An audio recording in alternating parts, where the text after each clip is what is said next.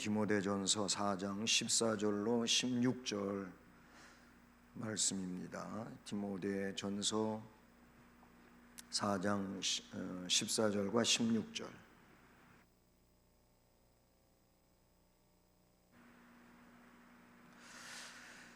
(4장 14절로 16절) 같이 봉독하시겠습니다. 내 속에 있는 은사 곧 장로의 회에서 안수받을 때에 예언을 통하여 받은 것을 가볍게 여기지 말며 이 모든 일에 전심전력하여 너의 성숙함을 모든 사람에게 나타나게 하라. 내가 내 자신과 가르침을 살펴 이 일을 계속하라. 이것을 행함으로 내 자신과 내게 듣는 자를 구원하리라. 아멘. 할렐루야.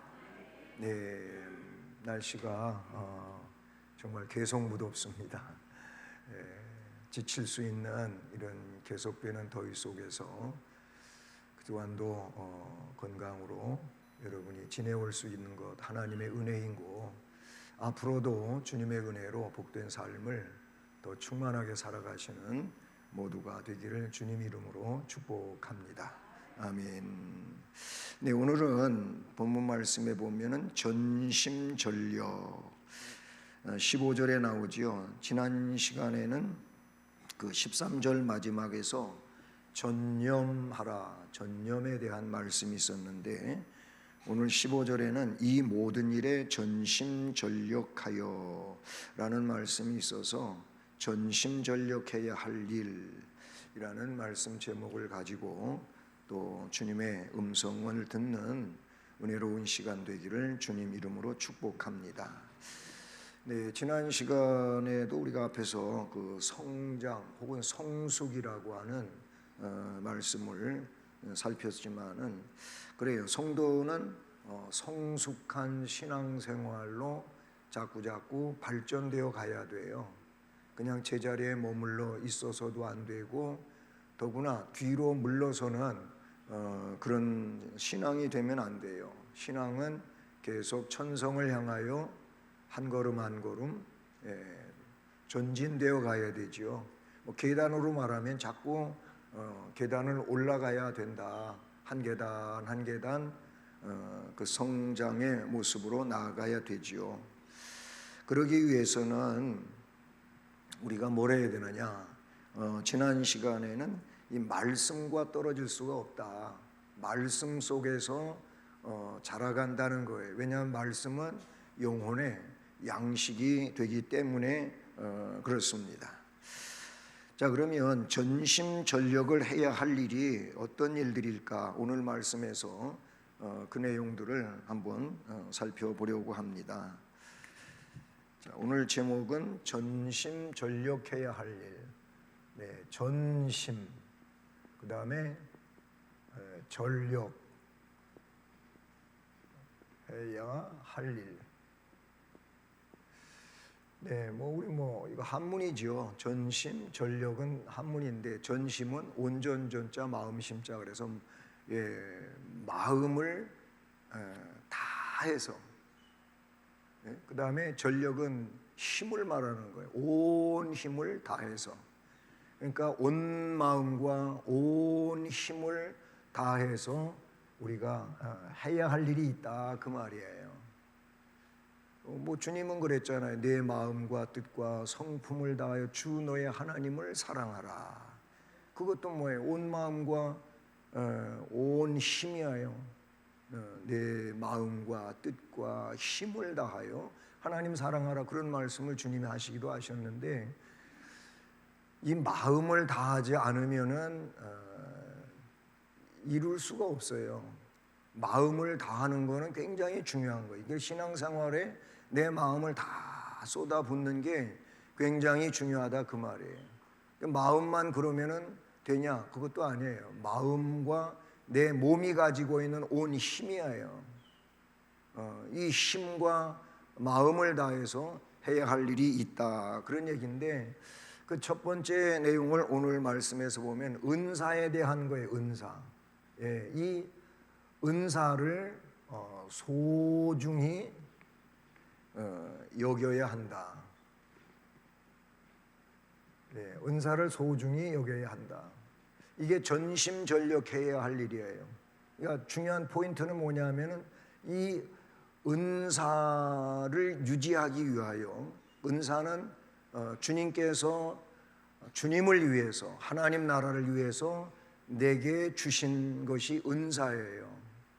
왜 그 은사를 그 하나님 나라를 위하여 유익하게 하라고 주셨는데 그거를 소중히 여겨야 하지, 소중히 여기지 않으면 결국 전심전력이라고 하는 거기에 없는 것이고, 그 사람은 은사를 가치가 없는 것으로 그렇게 여기면서 살아가는 내용이 되는 것이죠.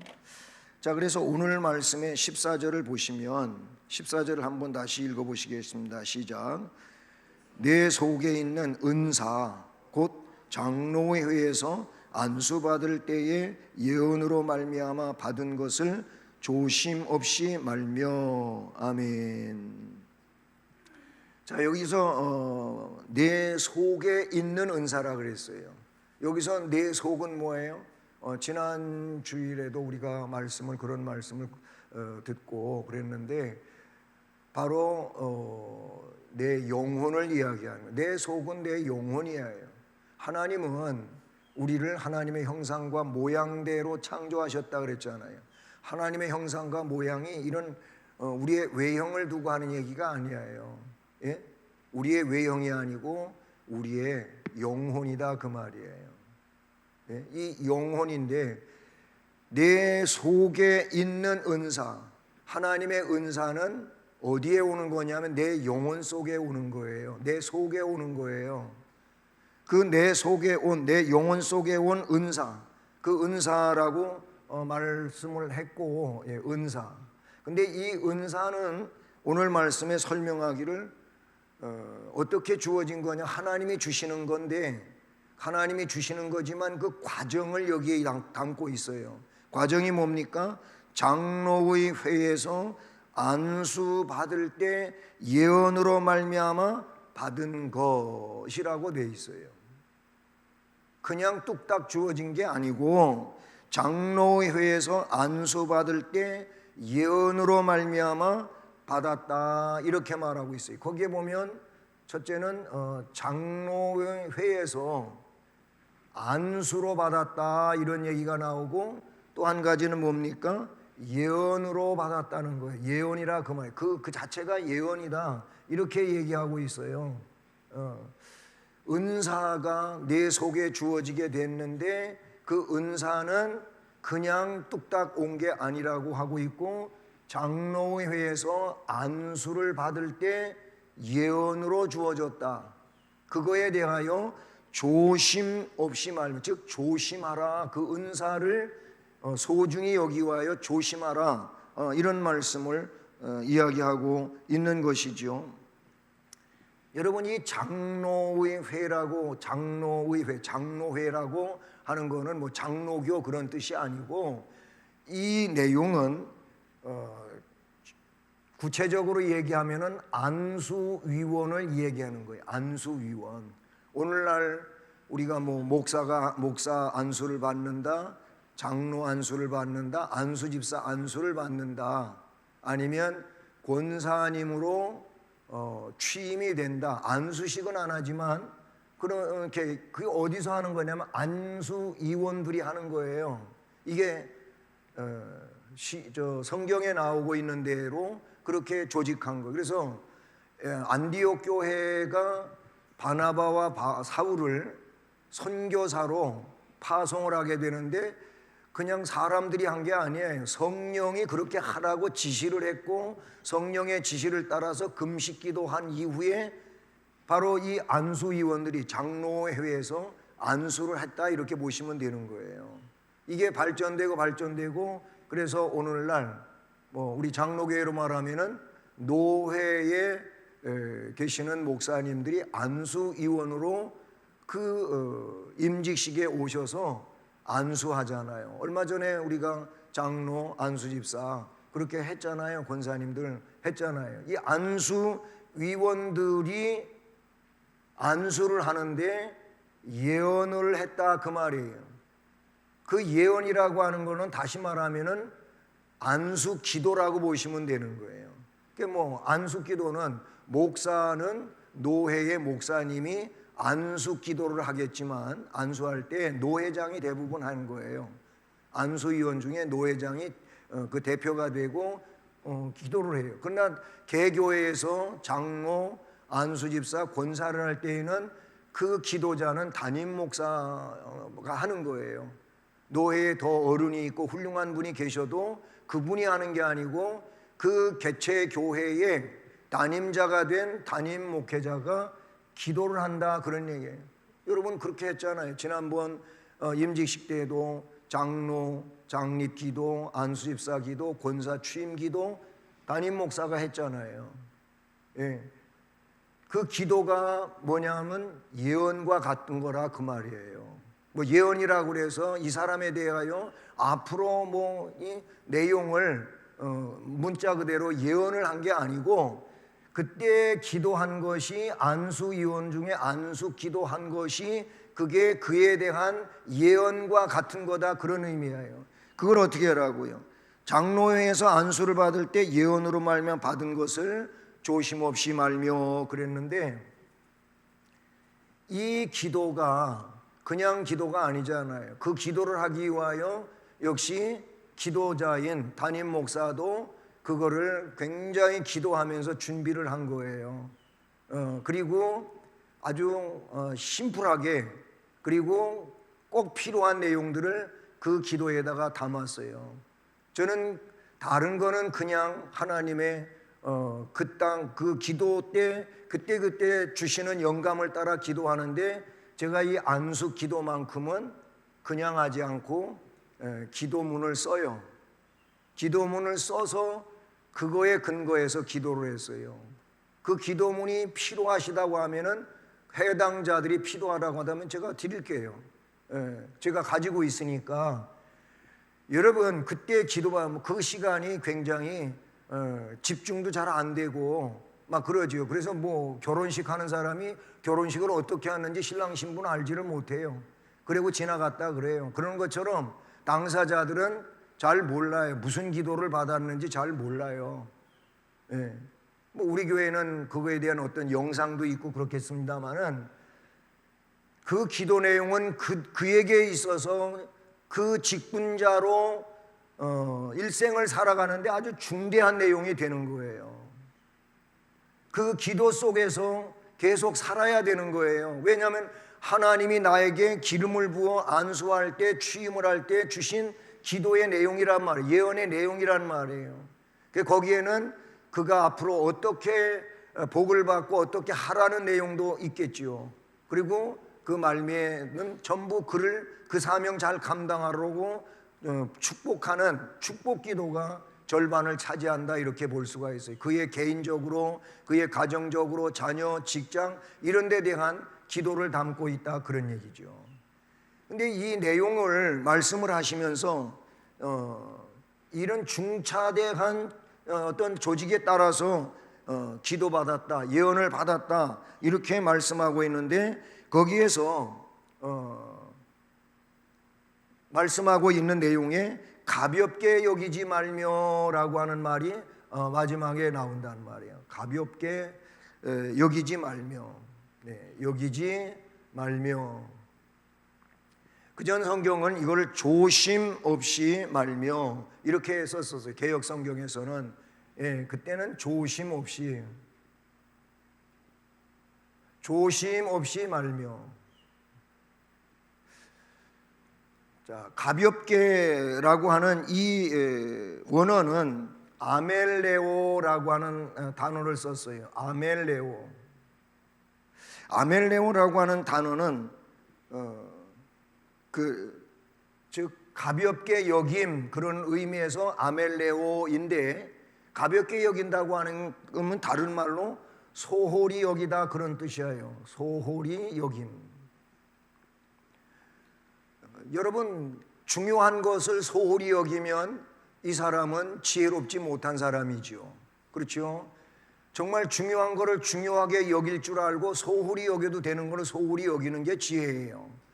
그런데 어떤 사람은 소홀히 여겨도 되는 거에 아주 목숨을 걸고 중요시 여겨야 되는 것에는 아예 관심이 없는 이런 사람들이 굉장히 미련하고 어리석은 거죠. 예를 들어서 마태복음 25장에 슬기로운 5 처녀와 미련한 5 처녀를 놓고 여러분 다 아시는 얘기예요. 거기서 소중히 여겨야 될 것을 소중히 여기는 사람이 있었고 소중히 여길 것을 소홀히 여긴 사람들이 있는 거예요. 거기서 소중히 여겨야 될 건 뭡니까? 등만 있으면 된다는 게 아니에요. 기름이 있어야 된다는 게 이게 더 중요한 거예요. 그래서 기름이 준비되어야 되는 거지요. 근데 어리석은 사람들은, 이 미련한 5 처녀들은 등은 있는데 등만 있으면 된다 이 식이에요. 기름 준비를 하지를 않았어요. 그러니까 정작 중요한 시간이 왔을 때 자기의 등불이 꺼져 버리는 거예요. 그러면 그에게는 굉장한 불행이 자초된 내용이나 다름이 없다, 이렇게 볼 수가 있다는 것이죠.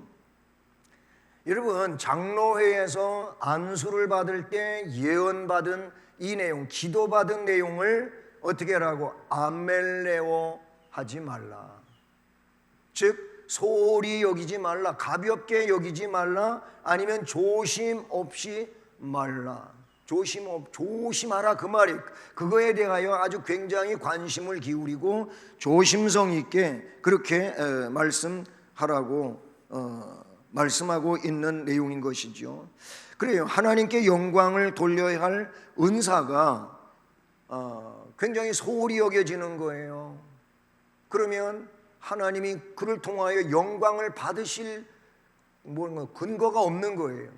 그걸 통하여 하나님 앞에 영광을 올려드려야 되는데 그 일은 소홀히 여겨지니까 그가 그 직분을 가지고 하나님 앞에 영광 돌릴 일이 뭐가 있어요? 아무것도 없어요. 그러니까 그 직분은, 성경에도 그런 말씀이 나왔지만 그가 그 직분을 받은 것이 그에게는 유익한 게 아니고 오히려 더 해로운 것이 되고 마는 거예요. 차라리 그 직분을 안 받는 게 나을 수 있었다, 그 말이 되는 것이죠. 우리는 복음을 거스르는 것이 된다면 절대 안 되는 일이에요. 그건 목회자도 마찬가지고 교회 중직자들도 마찬가지, 그 누구도 마찬가지예요. 이렇게 은사를 소중히 여기는 일을 전심전력해라. 그러니까 우리 목회자도 그렇고 우리 직분자들도 그렇고 특별히 중직자들은 이 은사를 소중하게 여기는 데 있어서 목숨 걸어야 돼요. 괜히 이상한 것에 목숨 걸지 마세요. 오로지 주님이 기뻐하시는 나에게 주어진 이 은사에 대하여 정말로 소중하게 여기고 그리고 거기에 내 전부를 바치려고 하는 이 마음을 가지면 이 사람은 상급받을 자가 될 것이고 그리고 승리하는 믿음 생활이 될 줄로 믿습니다. 그 다음에 2번째 내용으로 성숙함을 나타내는 거예요. 바로 이 성숙함을 나타내야 한다.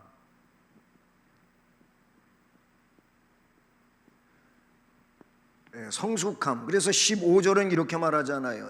같이 읽어보세요. 15절 시작.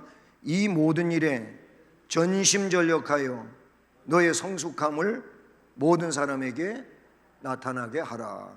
자, 거기에서 전심전력이 나온단 말이에요. 전심전력.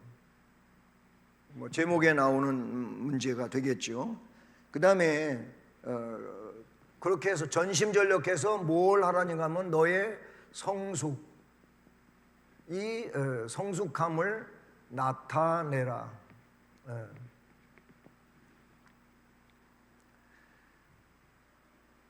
자, 여기서 전심전력이라고 하는 이 말은 원어에 멜레타오라고 하는 단어를 썼어요. 멜레타오. 이것은 어떤 의미냐면은 보살피다. 네, 보살피다. 아니면 숙고하다. 전심전력하는 거는 결국 그 자체를 앞에서는 제가 온 마음과 온 힘을 다해서 그랬는데 원어상에 보면은 그 자체를 보살피는 거예요. 보살피는 거는 그거를 어떻게 하냐, 보존시키는 것과 같은 거예요. 그게 무너지면 안 되잖아요. 이게 어떻게 해요? 잘 보존되어 가게 되어야 하잖아요. 뭐가? 이 말씀에서는 성숙함을 위해서 그렇게 하라고 말씀하고 있다는 것이죠. 지난번에 앞부분에서는 이 성숙함을 어떤 의미로 했냐면 말, 그 다음에 행실, 그리고 사랑과 믿음, 그 다음에 정절, 이 5가지의 내용이 나왔어요. 외적인 거, 내적인 거, 그 다음에 이 정절은 나의 성 문제라든지 돈 문제에 대한 이야기를 말씀을 드리지 않았습니까? 이거에 대하여 사실은 이렇게 이걸 잘 관리할 때 성숙하게 되어지는 것인데, 그 성숙함을 우리는 어떻게 해야 되냐고요? 나만 가지고 있으면 그건 성숙인지 아닌지 알 수가 없어요. 성숙함이라고 하는 것은 결국은 자기 주변에 그냥 이렇게 드러나게 되어 있는 거예요. 저 사람이 참 어른스러운 사람인지 아직 아이 같은 사람인지 이거는 딱 보면 아는 거예요. 뭘 보면? 말하는 걸 보면, 행실하는 거, 사랑, 믿음, 아니면 정절의 이런 일들에 있어서 보면 저 사람이 굉장히 잘 컸다. 아니면 아직도 나이는 들었지만은 어린애 같다. 이런 표현을 하게 되는 게 뭐예요? 그 사람이 말하는 걸 보면, 그 사람이 행동하는 걸 보면 그 사람이 어른스러운 건지 아이 같은 것인지 그거는 누구도 분별할 수 있는 눈이 있다면 다 아는 거예요. 그래서 왜 저래? 왜 저렇게 어른이 돼가지고 아이같이 저러지? 저 애는 애가 왜 어른같이 저래? 이런 말이 다 그가 하는 말과 행동을 보면서 말하게 되는 내용이 되는 것이죠. 하나님께로부터 사명을 받은 자들은 먼저 자신의 경건을 연습하는데, 앞의 내용을 가지고 경건을 연습하라 했잖아요. 금생과 내생에 유익이 있는 경건을 연습하라 했잖아요. 그거에 대해서 전력을 해야 된다. 자신이 전심을 다하지 않고는 다른 사람을 효과적으로 이끌 수가 없는 이런 상황이라고 볼 수가 있어요. 그래서 우리 성도들은 이 모든 일에 전심전력해서 자신의 성숙함을 모든 사람들에게 자꾸 나타내야 되는 거예요. 근데 그렇게 안 하고 성숙한 자는 뭐예요? 성숙한 자는 웬만한 그런 외적 상황 가지고는 이랬다 저랬다 막 바꾸고 흔들리고 그러질 않아요. 성숙한 사람은 꾸준한 거지요. 꾸준한 거예요. 예를 들어서 좀 비하기 그럴지 모르겠지만은 직장 생활을 하러 다니는 가장으로서 직장에 다니는 어떤 가정에 그 아버지가 있다고 생각해 봅시다. 이 아버지가 그 직장을 다니면서 봉급을 받고 그걸 가지고 가정의 모든 삶을 유익하게 이끌어 가는 거예요. 아이들 교육을 시키고 가정생활을 하고 또는 저축을 하면서 그렇게 건실하게 가정을 이끌어 가는데, 꾸준한 사람이라면 믿음직스럽지요. 아내가 볼 때에도 그렇고 그 일가 친척들이 볼 때에도 굉장히 믿음직스러워요. 그런데 그렇게 하는가? 이 사람은 뭔 문제만 있으면 그냥 직장 때려쳐야 된다. 나 못 다니겠다.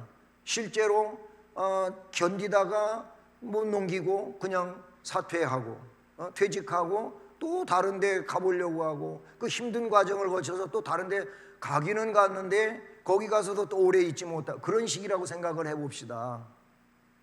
그 사람이 어른스러운 게 아니에요. 그거를 견뎌내야 돼요. 이겨내야 돼요.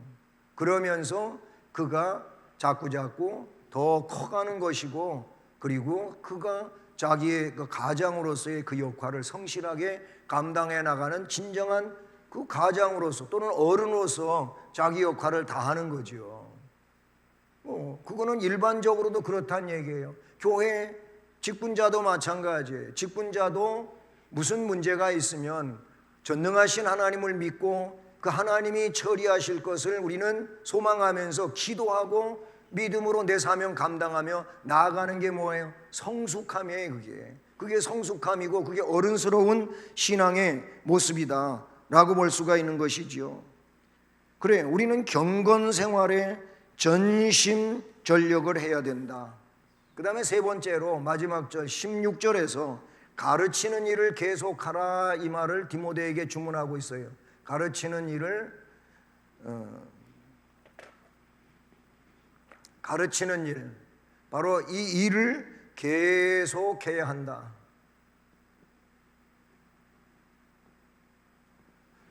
전심전력해야 할 일을, 은사를 소중히 있는 일을 전심전력해야 되고, 성숙함을 나타내는데 전심전력해야 되고, 가르치는 일을 계속 하는데 전심전력을 하라.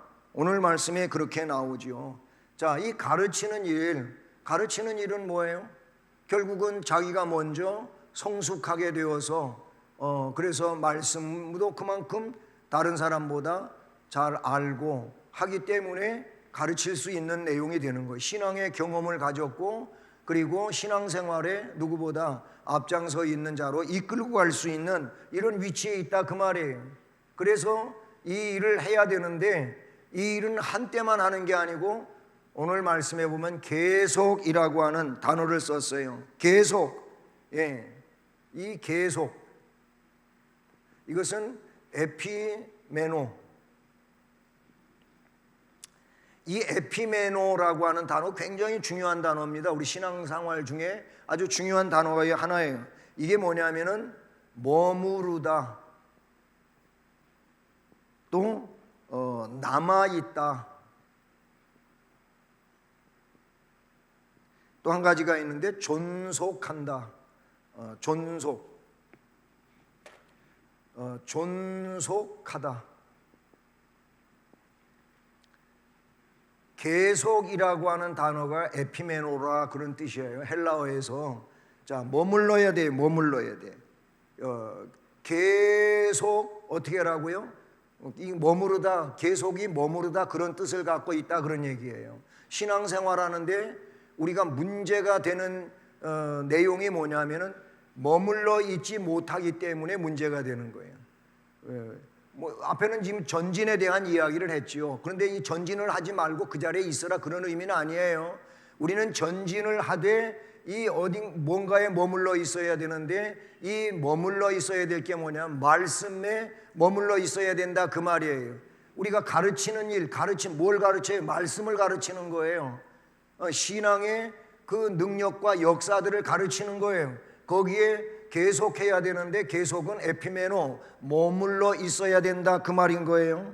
그리고 남아 있어야 되는 거예요. 성경의 남은 자 사상은 굉장히 광범위하게 나와요.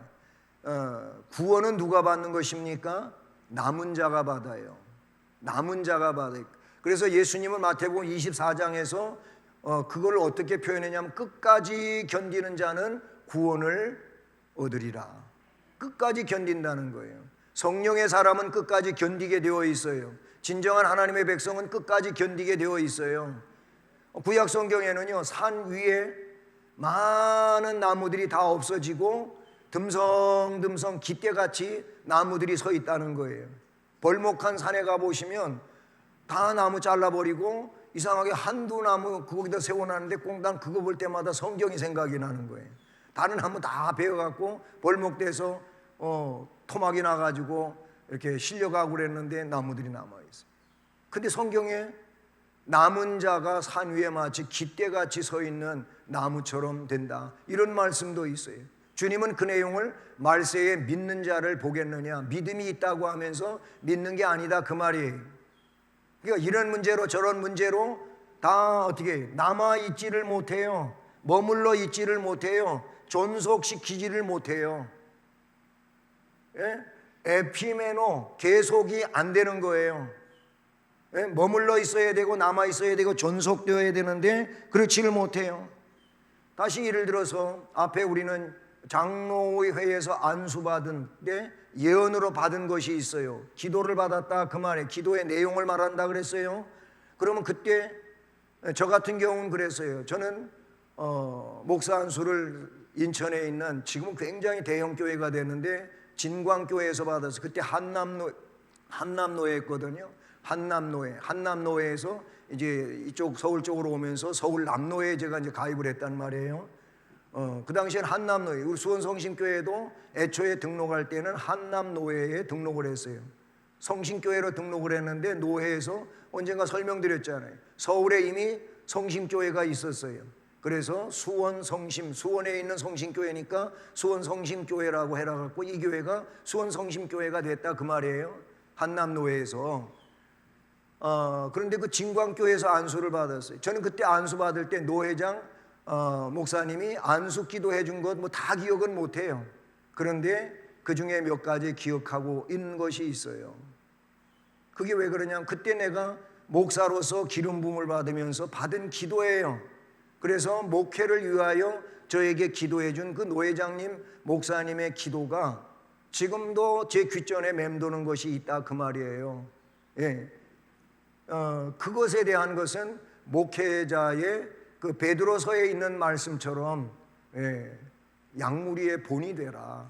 양무리의 본이 되는 목사가 되게 하시고, 그리고 무슨 일이든지 앞장서서 이끌고 가는 목사가 되게 하시고, 이런 안수 기도를 제가 받았단 말이에요. 그게 저의 목회 철학이 되기도 한 내용이다. 그렇게 보시면 되는 거예요. 근데 그거에 대하여 어떻게 에피메노 계속 거기에 머물러 있으면 승리하는 거예요. 근데 머물러 있지를 못하고 남아 있지를 못하고 그걸 존속시키지를 못하고 그러면 문제가 되는 거예요.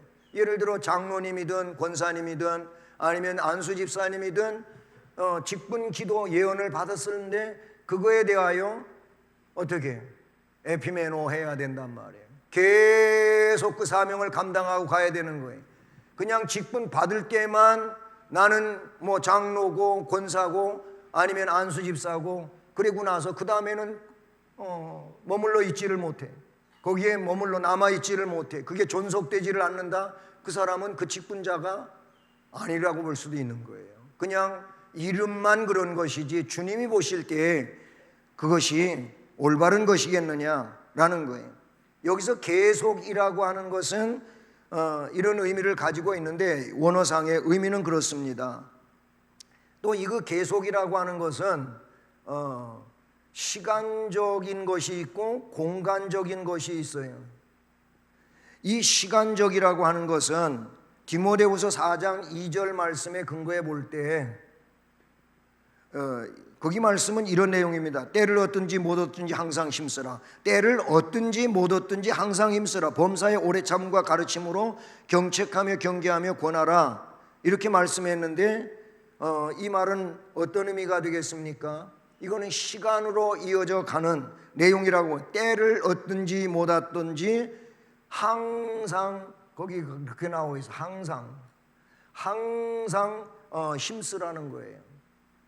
그래서 이거는 시간적으로 계속 이어간다 그 말인 거예요. 시간적으로 항상 때가 되든 때가 안 되든 그 일을 하라 그 말인 거예요. 이게 시간적인 내용을 담고 있어요.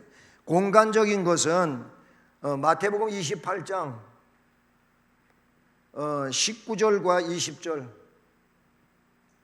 이 말씀은 우리가 잘 아는 말씀이죠. 어떤 말씀입니까? 이 말씀은 너희는 가서 모든 족속으로 제자를 삼아 아버지와 아들과 성령의 이름으로 세례를 베풀라 그랬어요. 그렇게 하고 내가 너희에게 분부한 가르치는 것을 가르쳐 지키게 하라, 이런 말씀이에요. 그러니까 이 말은 뭐예요?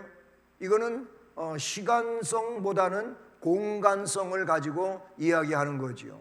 그러니까 어떤 세대를 뛰어넘어가는 그런 일이라 할지라도 계속해라. 시간으로 이어져 가는 것이든 그 시간을 뛰어넘어서 저 멀리 있는 것을 향하여 가든 어떻게 해라? 계속해라. 이런 말씀으로 우리에게 나타내 주는 것이죠. 그래서 성도들은 자기 자신을 가르치는 일을 어떻게 하라고? 계속하라는 거예요. 16절에 보면 내가 내 자신과 가르침을 삼가 이 일을 계속해라. 가르치는 일을 계속해야 되는데 그 일을 위해서 너 자신부터 가르치는 일을 계속해라, 그렇게 말하고 있는 거예요. 그러니까 우리는 거기에서 멈추는 것이 아니고 어떻게 해요? 나를 계속 말씀을 가지고 가르쳐야 돼요. 내가 나를 가르쳐야 된다 그 말이에요. 이 말은 곧 말씀으로 내가 옷 입어야 되고 그 말씀 속으로 내가 들어가야 되고 그 말씀으로 내가 살아가야 된다고 하는 것을 말하는 것이죠. 내가 나를 말씀으로 먼저 채워야 되고 내가 말씀으로 나를 먼저 가르치면서 변화를 받아야 되는 것이지요.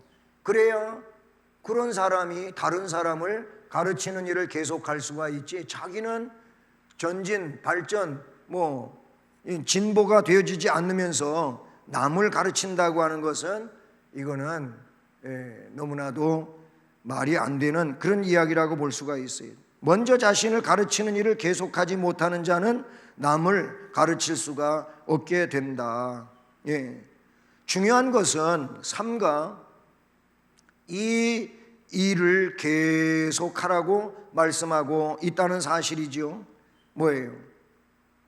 그렇게 함으로 인해서 너도 구원하고 다른 사람도, 너한테 듣는 사람도 구원하리라 말씀 16절 마지막에 말하고 있어요. 왜 이렇게 하는 거냐? 그거는 구원이라고 하는 것에 초점이 모아지고 있어요. 이 구원에 초점이 맞춰지는 거죠.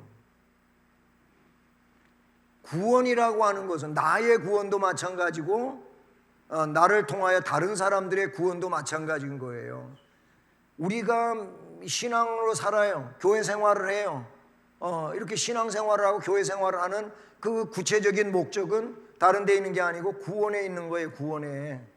오늘 말씀도 보면은 그 말씀을 분명히 우리에게 가르치고 있다는 것이죠.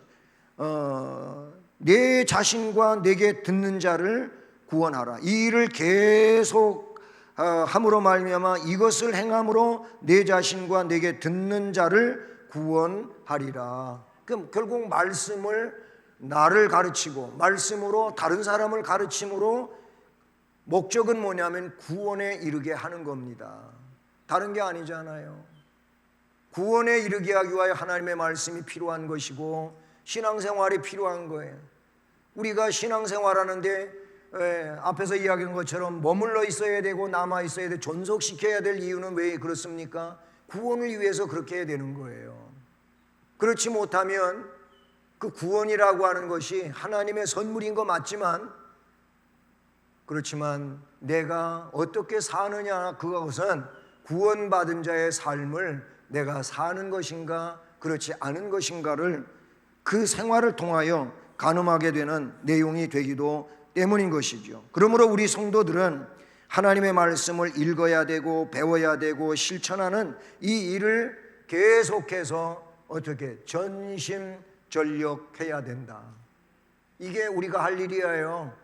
이게 우리가 할 일이지, 어떤 시험에 바람이 불어왔을 때 그 시험 바람 때문에 이리 흔들 저리 흔들 하면서 중심은 없어지고 그 주변에 지역적인 문제 가지고 그게 전부인 것처럼 그렇게 사람들이 이리 쏠리고 저리 쏠리고 하면 문제가 되는 거예요. 우리가 할 일은 하나님의 말씀을 통해서 나를 가르치는 겁니다.